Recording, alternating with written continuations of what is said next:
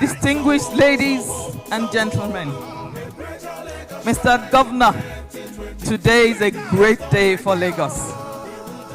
The substantial completion of civil infrastructure for the first phase of Lagos Rail Mass Transit Blue Line Rail.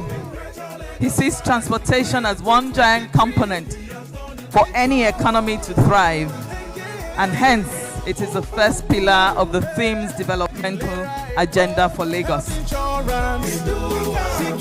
Your name will forever be remembered for the commitment you have deployed to ensuring that this infrastructure is completed. We are making a remarkable history on the final infrastructure completion of yet another historic rail line, the phase 1 of the Blue Line Lagos Mass Transit Corridor. Let me make it clear that today is not the official commissioning. It is the inauguration of the infrastructure completion. We will now commence the test running of the line.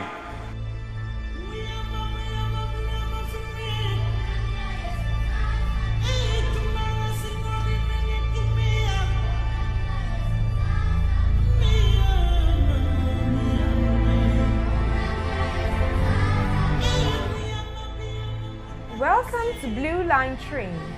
This train runs from Okokomaiko to Marina.